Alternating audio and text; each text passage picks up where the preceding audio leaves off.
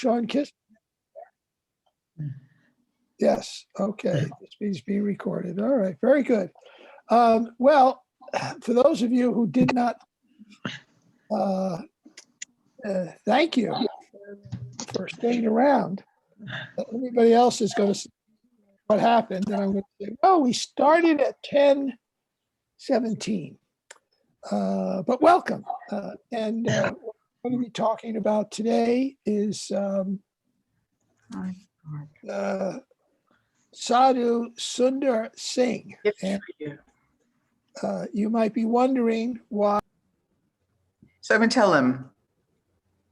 I'm getting a copy for him, and I'll send it to him. Okay, I'm back. I had. Bill? Yes. All right, we're here. I think that one of the things that struck me about this fellow is, there we go, I like that background better, is Sundar, is that he decided to be Sundar. And I've been looking at this for a little bit of a while, and not only my own reading, but in my own thinking or praying or working here at the monastery.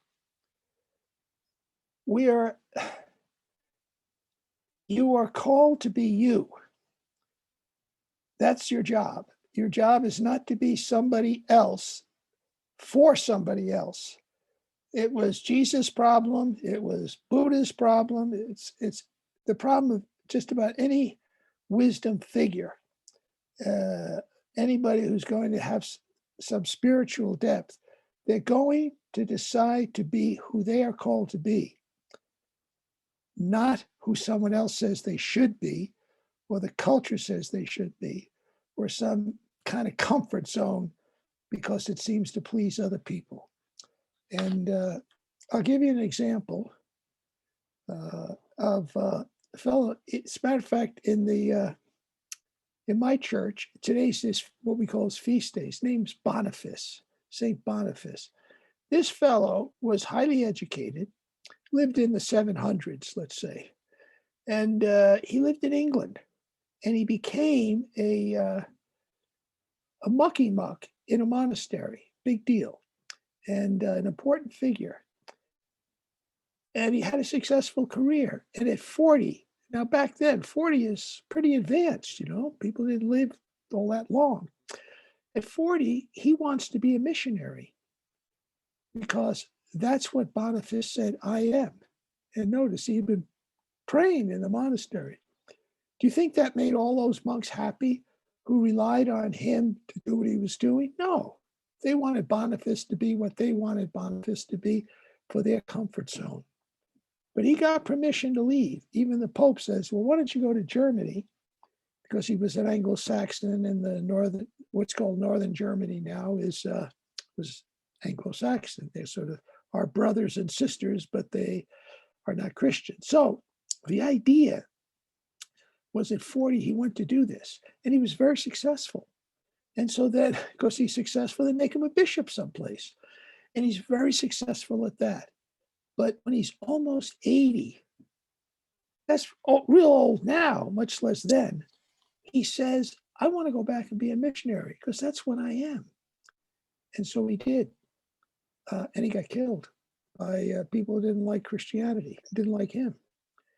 But notice, through it all, as successful as he was willing to leave what he was doing because he kept feeling this call to be Boniface. And my sense is God made each one of us to be who we're supposed to be. And if we are who we're supposed to be, we will fulfill the role that God has for us. If we try to be somebody else, no one will fulfill that role.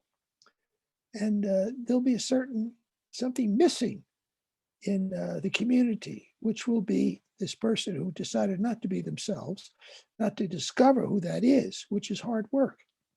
So let's go to Sundar. He was born in 1889, so he's somewhat recent. Matter of fact, he was in this country in the early 20th century, 1918, 20, and around there. But he was born a Sikh in the Punjab. Think India, okay, Northeast India. And he had experienced Christianity as a kid. I mean, he knew something about it. He didn't like it because it was colonial. It was trying to make his culture like the colonizers, which was one of the shortcomings of Christian missionary work back in the 19th and 20th and 18th and 17th centuries, is to make people not to learn their culture and see how Christianity and these missionaries could speak to their culture, but just blow off their culture and make them Western Europeans, because that's where all the missionaries were coming from. So he didn't like Christianity because his encounter was with other Christians who had an agenda. It wasn't with Christ. So when he's 16 years old, he has an encounter with Jesus, kind of an existential experience, the really real, sort of very direct encounter with Jesus, somewhat like St. Paul had on the road to Damascus. And so he got baptized at the age of 16. And from this vision or this encounter, he saw a figure in light with blood on its hands and his feet, and he knew it was Jesus because he had been exposed to Christ crucified and probably holy pictures and such. But his encounter was not necessarily with someone who had a French or British face. His encounter with Christ was something he could connect with as an Indian in India, which I think is very important. So he gets baptized at 16 and he becomes a sadhu. A sadhu is a wandering holy man who goes around poor, begs. And if you haven't got anything to say and you don't have any persona that speaks of what you're saying, that's attractive in a sense. In other words, if you're talking about Jesus, you better exhibit something of Jesus and not necessarily hierarchical Christianity with all its ordinations and stuff. So he becomes this wandering holy man as a teenager called a sadhu. So, but as a Sikh, the Sikhs, they're about reform, not about holding on to something and passing it on unchanged. We know that. But he's about reform, about social justice. Now you're getting into the 20th century, social justice and colonial powers and all. Gandhi is coming on the scene soon.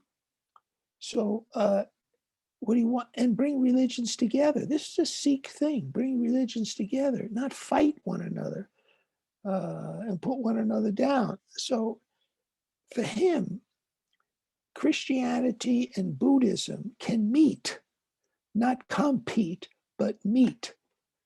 And so he's very much interfaith, which is what the Paulist Fathers are about in part. And what he said that is that a flower, Christianity is like a flower that blossoms on an Indian stem. This is so much different than colonial Christianity. There's no Indian stem. That's worthless. That's just weeds.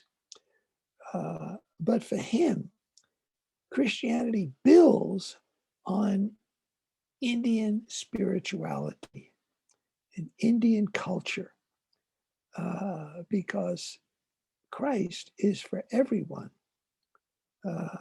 So be who you are and grow from that. So he's this Punjab Indian. Well, when he was baptized, his family tossed him out. In the encounter, what he heard was the voice saying to him, Sundar, how long will you mock me? And he just knew that was Jesus. How long will you mock me? What did Paul heard Jesus saying, why are you persecuting me? So with that, Sundar felt some peace with this vision, this voice that he heard. He just felt peace. But when he became a Christian, he became an outcast to his family. Because now this has a plus and a minus. The minus is he's kind of homeless now, which is good to become a sadhu because you don't have a home. But on the other hand, he no longer has to be what his family wants him to be. He can be what he feels he's called to be, Sundar. And so being an outcast has its plus sides. So he can wander off because he doesn't have a place. People say to me sometimes, well, where do you live? Where's your place? And there's a sense in which not having that kind of a place frees you up to be who you might be instead of whoever the place wants you to be. And I feel very comfortable here at the monastery. This is what I call a good fit, my place now. But remember, Boniface was almost 80. I'm almost 80. And Boniface said, I got more to do. And he did it. So I have to be open. We each have to be open. It's not as if God is finished with us at a certain age. God is never finished with us. Unfortunately, we sometimes get finished with God because we get kind of comfortable in the same old, same old. How many times I hear people say, I want to get back to normal. Why? Normal's past. Why do you want to return to past? If you're becoming yourself, let the past be the past. Keep asking yourself, who is God calling me to be now in my growth? And I think that's the spiritual journey. That's why we need the deeper prayer. And that's why we need a spirituality, because of some depth, of some interiority. Because if we just have dogmas and doctrines, either we'll get bored with them, they won't make sense, they won't help us or seem to help us, or we'll just live out of our heads and we'll ultimately say, okay, who am I supposed to be to make so and so happy, or to get this job? We do that to get a job, to get a mate, get any number of things. We'll say what we think you want to hear so that we can get what we think we want. And so Sundar doesn't have much, but he has Sundar, and he can continue to pursue that. So what he wanted to do now, and I think this is where his conversion is genuine, is he wants to share the message of Christ. And one thing we know about Jesus Christ is he had no place to lay his head. Talk about homeless. And there were times when they said, well, he went back to Nazareth. He went back to visit. Went back to visit his mom. I don't know, but his relatives, his brothers and sisters, his roots. But he said, I have no place to lay my head. In other words, you're either all in or you're not in at all. And Jesus was going to be all in. And he invited his disciples to follow him, which means they had to leave some things too to be who they were called to be. And as you see, it took them quite a while to figure it out. And they had a lot of shortcomings on the way. So shortcomings will be something that has to be faced. But you can't face them if you don't know you have them. And you won't know you have them until you have a deeper contemplative life. So he wants to share the message.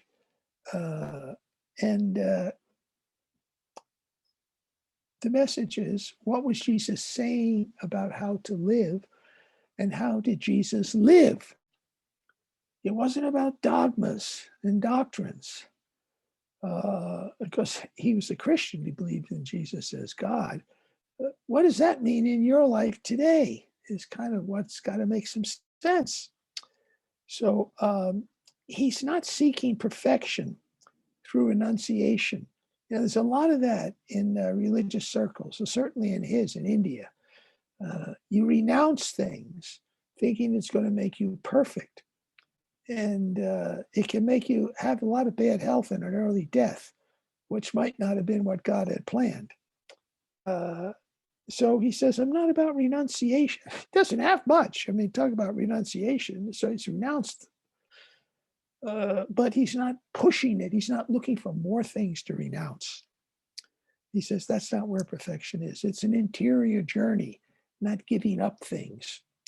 And we pat ourselves in the back every Lent that we give up chocolate or whatever, coffee or something like that, which I'm drinking. Anyhow, so he's a wandering holy man, a sadhu, a beggar, a poor man. That's what it is. But he had a lot of respect for other religions. In other words, he had to know something about them. Now, being in India, you would have a lot of exposure, if you will. And then he traveled and he got more exposure. Yeah, he really did travel. He respected the Hindu, of course, the Buddhist, which was in India, the Sikh, which he was, and Muslim. There were Muslims. He respected all those devotions. He didn't have any problem with their devotions. So he's very much an interfaith fellow who says, my home is the road. I belong on the road. Traveling, talking to whoever would listen, sleeping wherever he slept. But all this was finding out, being at that moment who Sundar thought he was supposed to be. So he didn't know he had trouble with it. There was another fellow from India named Vivekananda, who's maybe better known. At least I see his name around when reading about interfaith stuff from a Christian perspective. Vivekananda. He lived in the 19th century. And when he got over here, he was poor. He was dirt poor. And things weren't working out for him too well. He didn't have a place to live. He was relying on other people. But gradually, because of who he was, his deep prayer life, his belief in being Vivekananda, he caught on, as in some sense did Sundar. But he didn't want to pursue ordinations. That's too intellectual for me. It's glorified catechism classes, a lot of these seminaries. They just stick into your head a lot of information, dogma, and they tell you to go out and parrot it to somebody else. And that's who you are. So he says, it's too much in your head. Nobody gets changed by head stuff. You can see that in Catholic schools. You send your kid to a Catholic elementary school, they give them catechism, they get confirmed, they leave, and gradually they drift off if that's all they've got, is a bunch of information. So when does he learn? He says, I learn from God in my hours of prayer. In other words, there's something about a deep prayer life in which you let go of your agenda, however you do that. You stop focusing on your thoughts and your plans for a little while, and you just open yourself. God will get in there and just here and there, just show you stuff. I've seen this in my own life here in the monastery. I think I know, and then all of a sudden, boom, I think I don't know, and I don't know how to know, and boom, God will say, and I'll say, oh, that's why I was doing that. That's why I was having that. There's something to learn from it, but I didn't learn at the time, but now I do learn. So it's just stay with the prayer and God will work on you. So he travels, of course, in India, but he goes to Tibet, which was still Tibet. He goes to Nepal. In 1919, he's off to China. Well, he doesn't speak Chinese, but he's going around. Then Malaysia, Japan. 1920, he goes to England. And because he had some English, since colonizers were English. And then he goes to the United States. So he was over here in the United States in 1920, 21, Paris in 1922. This guy got around. He goes to Geneva. He's in Oxford in England. I mean, people, look at this guy. He had nothing but himself. He was the message, and he attracted people. They wanted to hear what what he had to say, because they saw something in him that maybe pointed to something that wasn't in them yet. And so they wanted to hear him. He felt that the West, that's us, seemed a bit too interested in who Jesus is, catechism, Reformation, conversion work, and not so much in the mystical, which is the deep prayer life of letting go so that God can reveal more to you of who you're supposed to be. He says, not too much of that. Not teaching contemplative prayer. And there's not much about following Jesus. It's all the Reformation being fought over and over again. Age of Enlightenment, appealing to your head, catechism, and so on. But he says, each of us are on our own journey.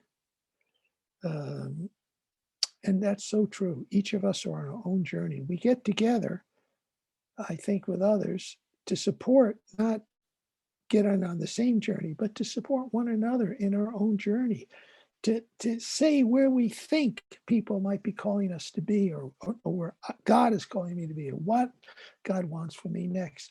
And to get a little support, or maybe questions or some challenges from people who are also on the spiritual path. That's what we need. Not people who want us to be what they want us to be because it'll make them feel better. And he says we meditate not to feel better, but to know Christ. In other words, we meditate. The energy for meditation is love, that we are loved first and then we want to love back. That's what it's all about. So it's better. Feeling better is not the purpose, but that's the way we're taught. Oh, why don't you just pray and feel better? Maybe. Sometimes I pray, I don't feel better.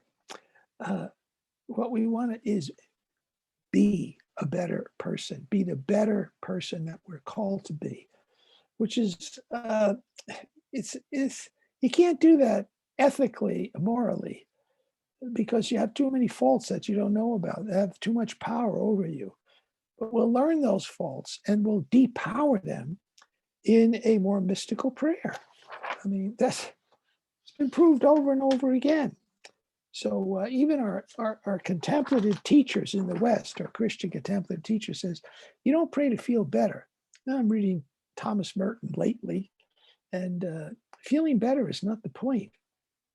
Because what if you don't feel better? You'd probably stop. You're to be changed, transformed. And sometimes you're just darn bored, and it seems pointless.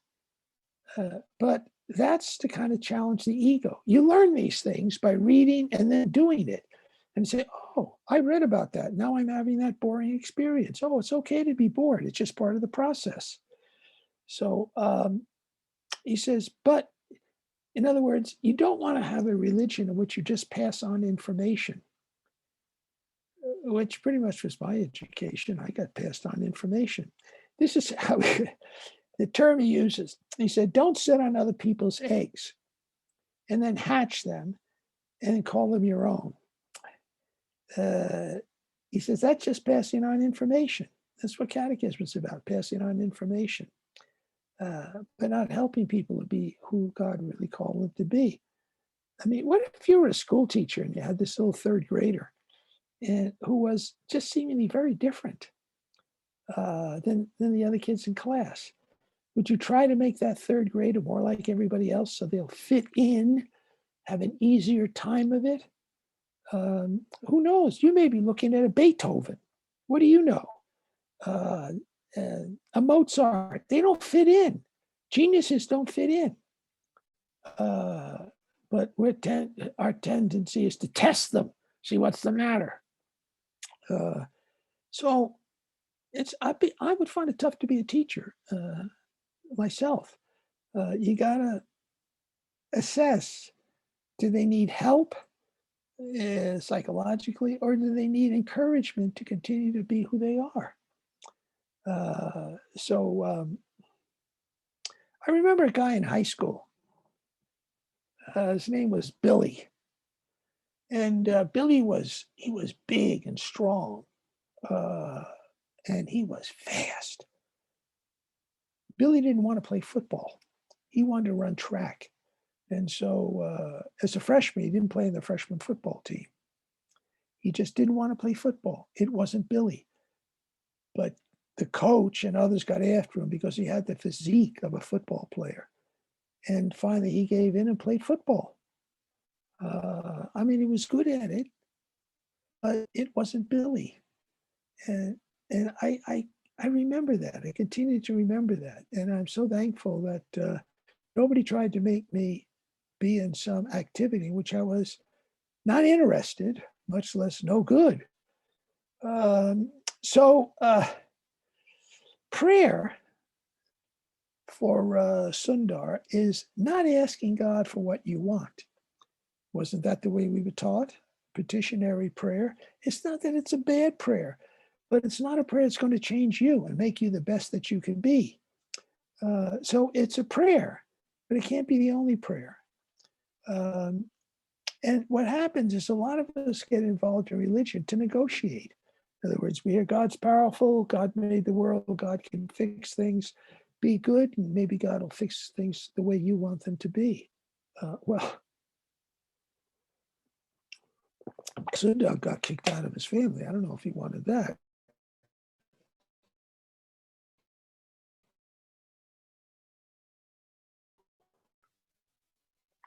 Uh,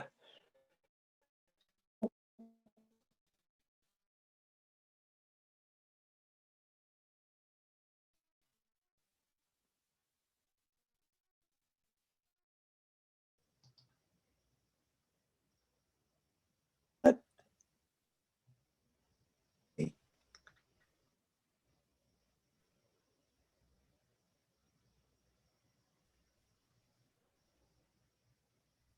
is recording this.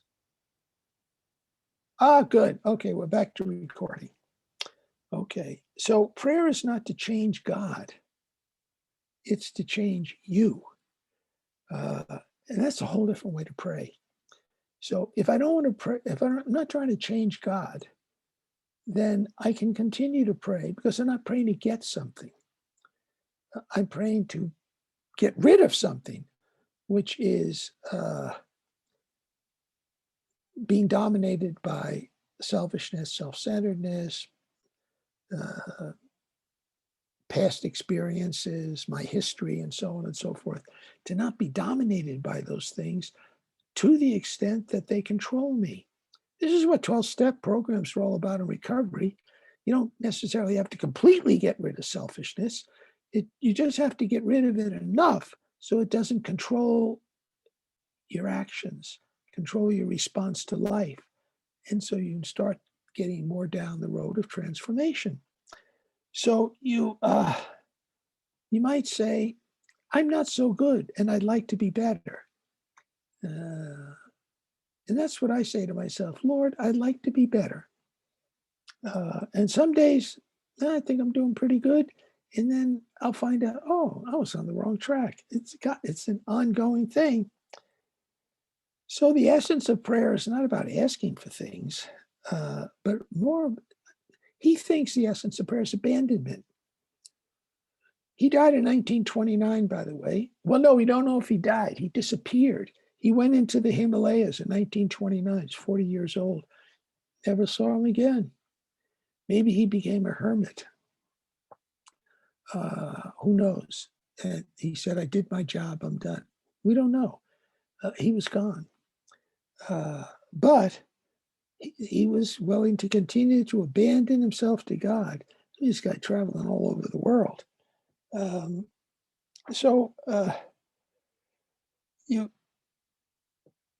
he died in 1929. 1935, Bill Wilson and Bob Smith come along and they start Alcoholics Anonymous. And what do they say? Abandon yourself. You are powerless to change yourself, to get rid of all your faults and your failings. Well, Sundar would have made sense of that. And definitely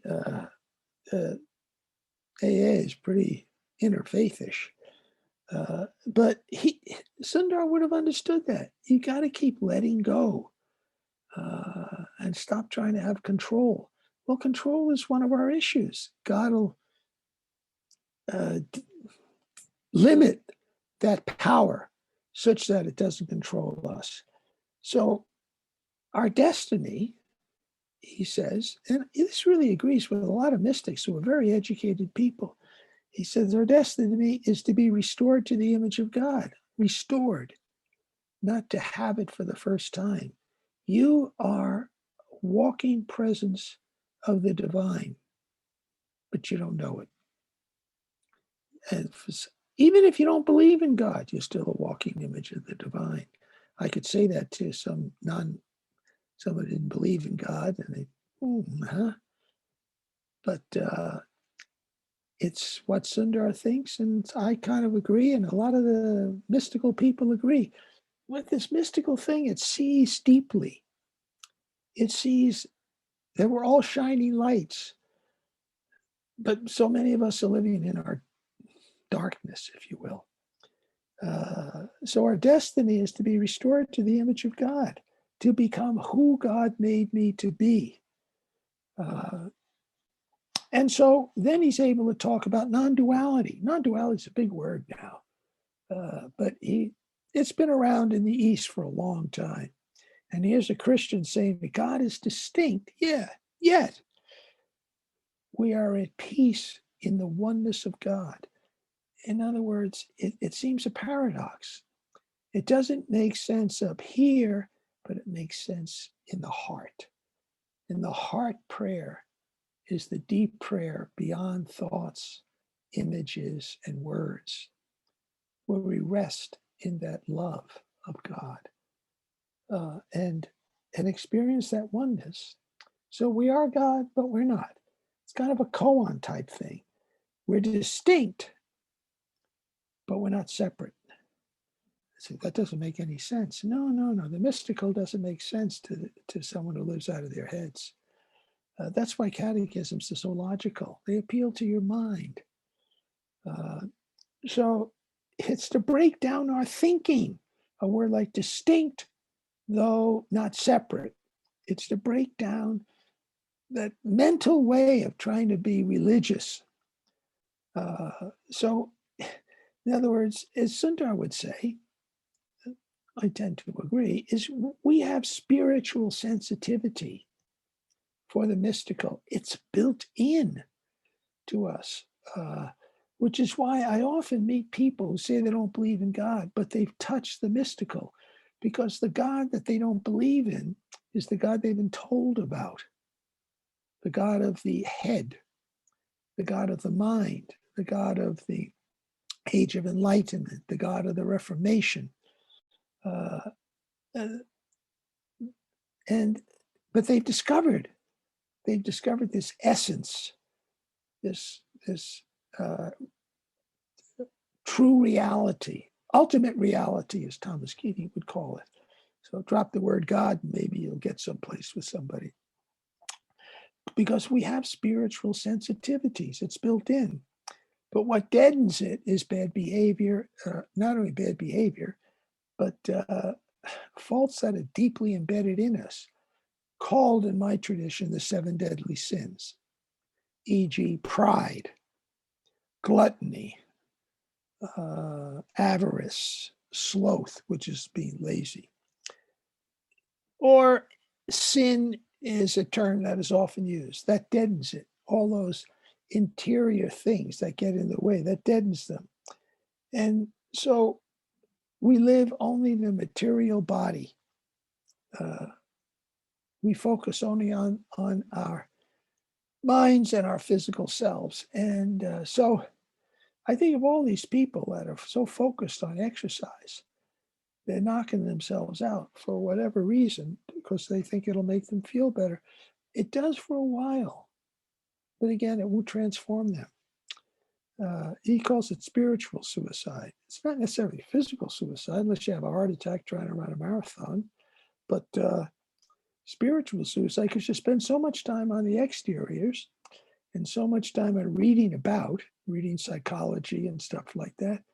It's not that it's bad, it's that you think that's the solution. It is not alone the solution. So he calls it spiritual suicide. Again, you've got to have the deep meditation. So he says we have a spiritual sweetness. We do. We can taste God. I bake bread. Sometimes I put sugar in it or a little salt. Can you see the salt? Can you see the sugar? No, but you can taste it. You just know it's there because you develop a sense of taste. It's the same thing with the spiritual life. We can taste God in a way, but we can't see God. And a lot of people are tasting God, but because they've been told who this God is from a mental perspective, they say, my taste and what you're telling me doesn't cut it. There must be a different taste. You got the right taste. So he says, we can taste the sweetness, but we can't see it. We can't see God, but we can experience the God of love. Over and over, you hear this in all kinds of mystical traditions. So ultimately, Jesus, he is a Christian. I am. Jesus is truth. In our scriptures says, I'm the way, the truth, and the life. Jesus says, I am. In other words, my person is the way, the truth, and the life. Follow me. Do as I do. But this truth has to ultimately be recognized for yourself. In other words, if it's only somebody else's truth passed on to you, you will have the faith of that person who passed it on, but you won't have your own faith, which is why so many young people leave the Catholic Church. I don't know if they leave the Lutheran Church, but they leave our church because as kids, you believe your parents' faith, but you don't have your own. You think it's yours. And then as you grow up, your parents' faith isn't working for you, and you haven't developed your own because nobody taught you how to be a more contemplative person of prayer. And I'm not saying that you have to be, you only can do this by sitting down, closing your eyes in a lotus position and trying not to pay attention to your thoughts and your words that are passing through you. There's a young girl. Well, she's not so young anymore. People are growing up. I think she just graduated from high school. I won't give you her name. Spare her. But she plays the violin. She's a violinist. And it's not the only thing she does, of course. She's interested in science and what we used to call astronomy, now called astrogeophysics, and so on and so forth. I would call her somewhat of a contemplative. Why? Well, because no matter what other kids were doing when she was growing up, she wanted to be a violinist. Now, what is she surrounded by a lot of people who says, why don't you be a cheerleader or, get on the soccer team or whatever. She just wanted to be a violinist. And she had other interests, but she wanted to be a violinist and she had to work at being a violinist. That's not an easy instrument. Like the guitar. I can play the guitar and I'm a dummy. So now how are you going to play the violin? Well, okay, so you stand up to play the violin. What if you paid attention to every thought that was in your head? What if she was going to perform? And her mind started telling her, "Oh, I might do wrong. They might not like me. Oh my gosh, is my dress on right? Is my hair right?" The mind is insane with ego. But at some point, through practice, you don't have to pay attention to your thoughts in your mind anymore. You just do it, and that's the contemplative way. After a while, you just do it. Now, was she ever bored? I'm sure she was bored sometimes, but she knew she could be bored sometimes. Probably your teacher told her you might be bored sometimes. So what? You work through it. You just keep showing up because you love to be a violinist. I love my God. I don't always feel love. Sometimes I'm bored. Sometimes I don't want to do it, but I do it. Okay. So Sean, tell your kid she's on the right path. She's a sweetie. Where was I? So what we want to be is we want to be changed. So Jesus is the truth. And I have to find it for myself. You can direct me. So you need some initial direction, which I think is really what catechism can do, teachers in the beginning, and so on and so forth. But ultimately, the path becomes one that you pursue on your own. Ultimately, that has to be what it is. And somebody can teach you how to do something, but ultimately, you have to become what it is that they tried to teach you. You sort of move beyond your teacher in a way. So to recognize the truth of Christ, it has to be a more direct encounter, which comes from a more contemplative way of life. The classroom, the catechism merely informs. It can only inform. It can't change you. And it doesn't make you practice. It just gives you information. You need the information. But if that's all you get, back to my violinist, they can say, well, here's where you put your fingers for each note. That's information. That's all you get. You're not going to be a violinist. So the soul has the desire, deep desire for this inner relationship with God. It has this desire. It's a matter of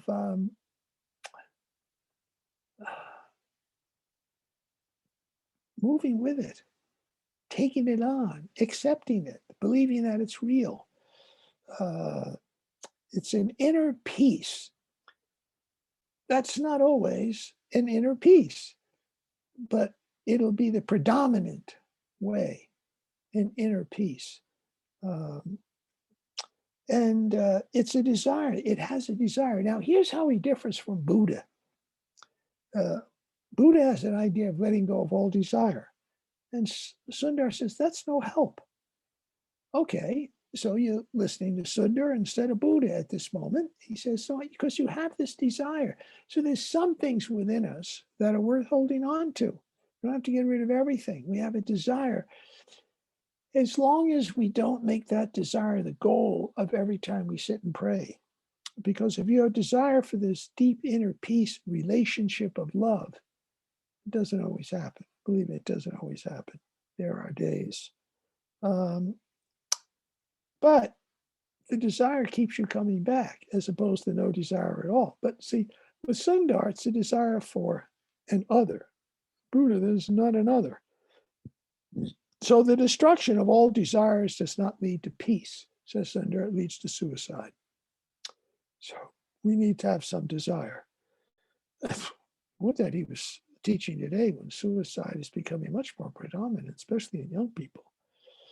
So the desire to eliminate all desire is a desire. So there he goes, gets back at the Buddha. The desire to eliminate all desire is a desire. So what happens? We make direct contact with God in scriptures. Now, I could read something of a scripture that is not my tradition, and I might get some information. I could then talk to somebody about it and get more information. Or I could talk to some person who's mystical in that tradition, and they would tell me something that's there, but I don't see it because I'm not meditating in that tradition, in a sense. But on the other hand, I might get something of that tradition if I'm meditating in my own tradition. So a meaning becomes clear the deeper our meditation is, which is why in my tradition we do something called Lectio Divina. We really ponder a small bit of scripture, like a sutra in Buddhism. One sutra could be 4-8 lines. So one little story in the Bible, we just ponder that, and then we sit quietly with it, and then we just sit And the next time we go to it, we might see something deeper that we never saw the first time. Matter of fact, the first time we looked at it, it was completely puzzling. It made no sense. And then boom, it made sense. And one of the things about interfaith work is I have made sense out of my own scriptures by listening to somebody in a Zen tradition talk about Zen and a koan or something that they brought up, a way of explaining things. And then I've looked at my own tradition and says, oh, now I understand my own tradition. See, this is how interfaith can really work so very well if we let it. Now, let me do just a little more, and then we're going to stop and take a short break, and then we'll have some Q&A. Now, he says, we struggle against, he calls sin, my tradition sin. We struggle against our faults, our failings, our defects of character, if you will, in our lives. We struggle with them. Everybody struggles. Well, not everybody. Some people don't even know they have them. They're selfish and they don't see it. Or they're selfish and they don't care. They got enough money and power that they can blow it away.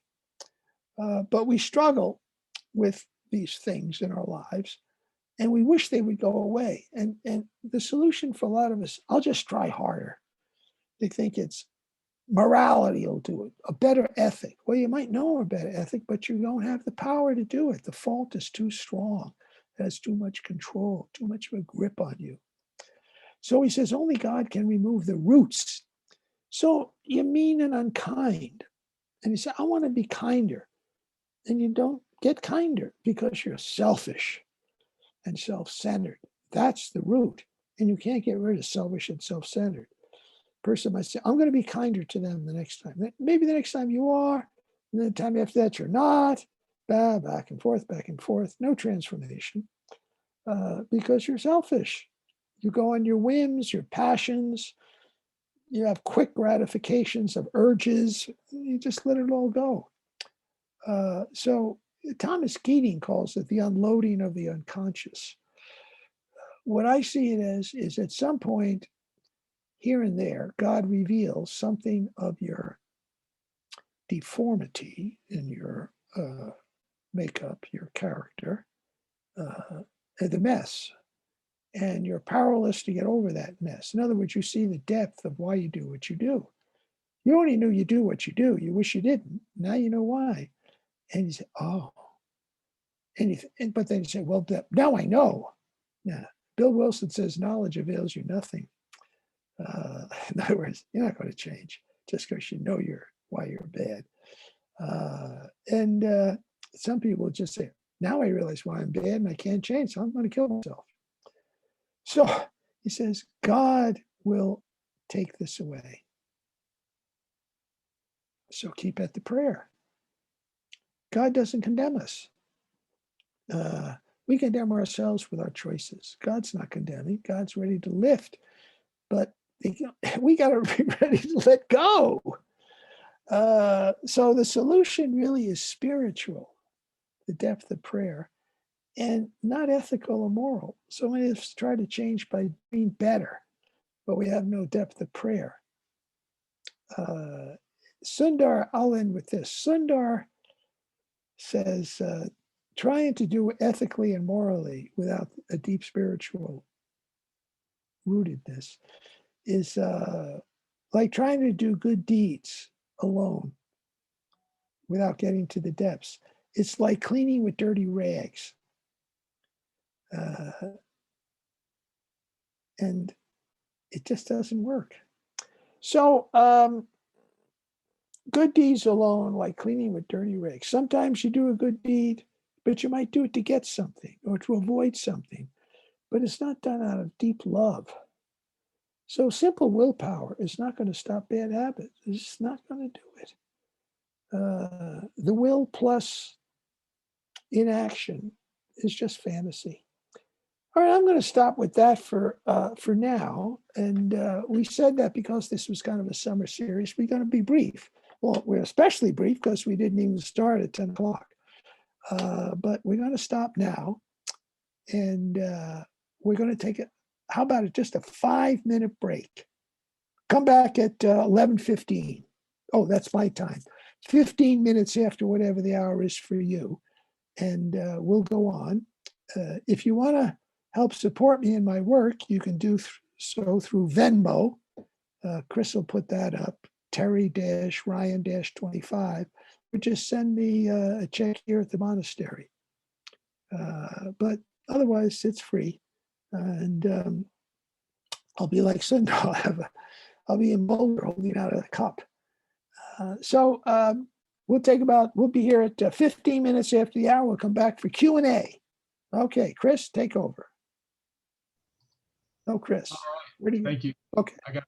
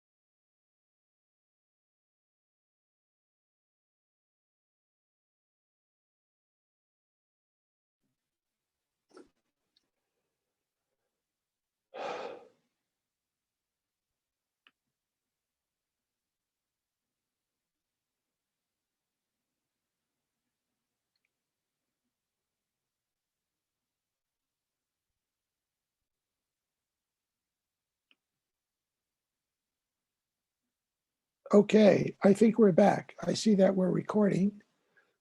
Welcome back, everybody. And I see there's a couple of people from Boulder Valley that are here. So that gives me a chance to announce something. Unless there's a COVID outbreak in Boulder in the next couple of weeks, I am going to be alive in person at Sacred Heart of Jesus on Saturday, June 26th at 9 a.m.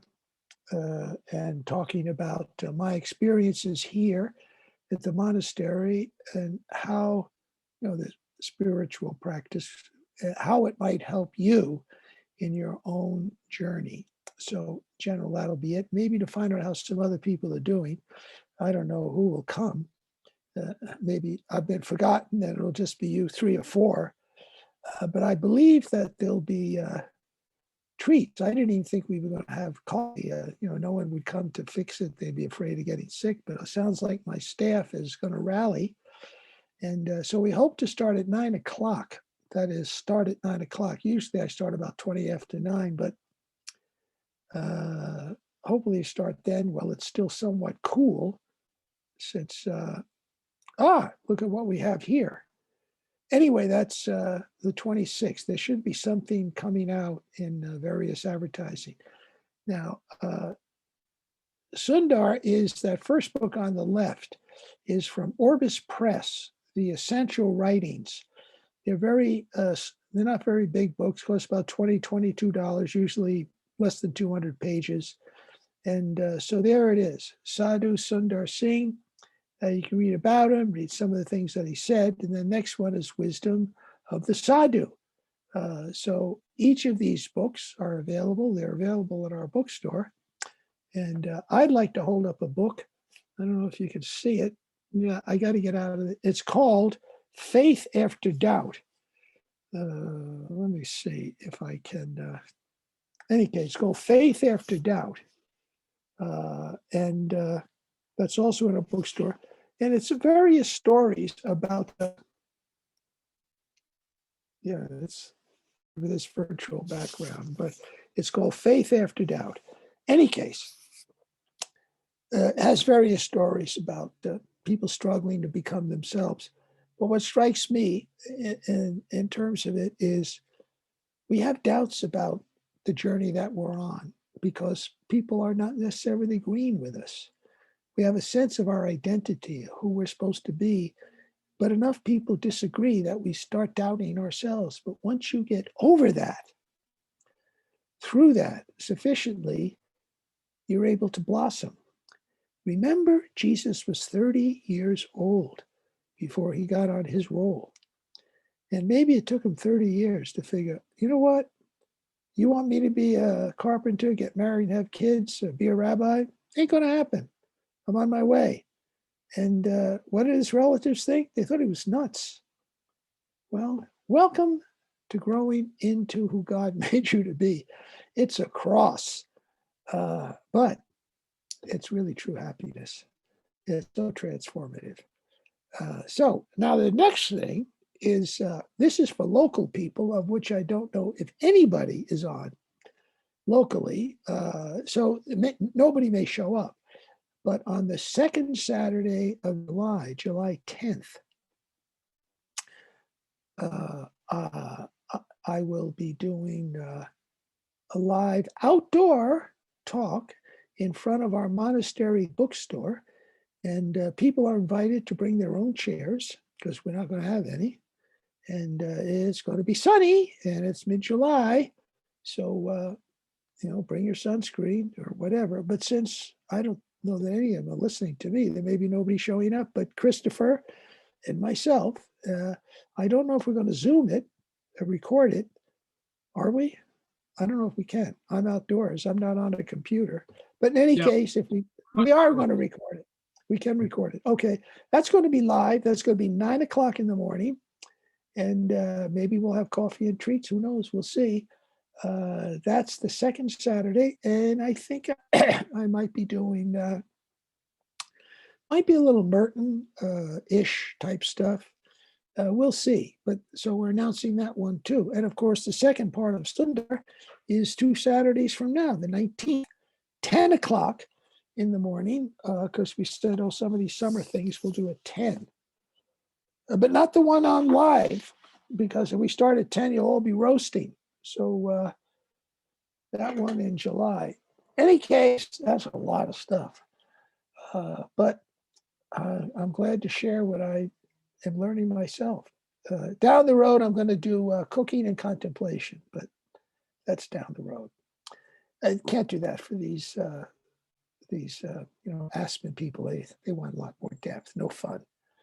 Okay. What are the questions? Any questions? Oh, we got a lot of chat things. There's a question there, Chris. You getting anything? Oh, Sean Kisherman, that's my birthday. I'll be there. Okay. You're bringing me food, I hope? Bread? Faith After Doubt, Brian McLaren in our bookstore offering. Yes. Okay. That's all right. Any questions? It's okay if they're not. Just raise your turn on your volume, your sound, and say something, or put it in the chat. Chris will see it. Yeah, there you go. You can send them on chat, or you can raise your hand or something. Chris sees everything. It's okay if you don't have questions. I'm in charge of lunch today, so I gotta get rolling soon anyway. I'm a spiritual mystic, and I still gotta feed these guys. That's a disgrace, but it's humbling. So, what else can I say? I hope this has been a good time. Now, if you see anybody who says nothing was there, I turned it off, tell them it's recorded. Oh, here's something. I just started reading At the Master's Feet. Oh, okay. That's good too. Lots of good stuff out there. There's just so much good stuff. But I'm not writing one. So,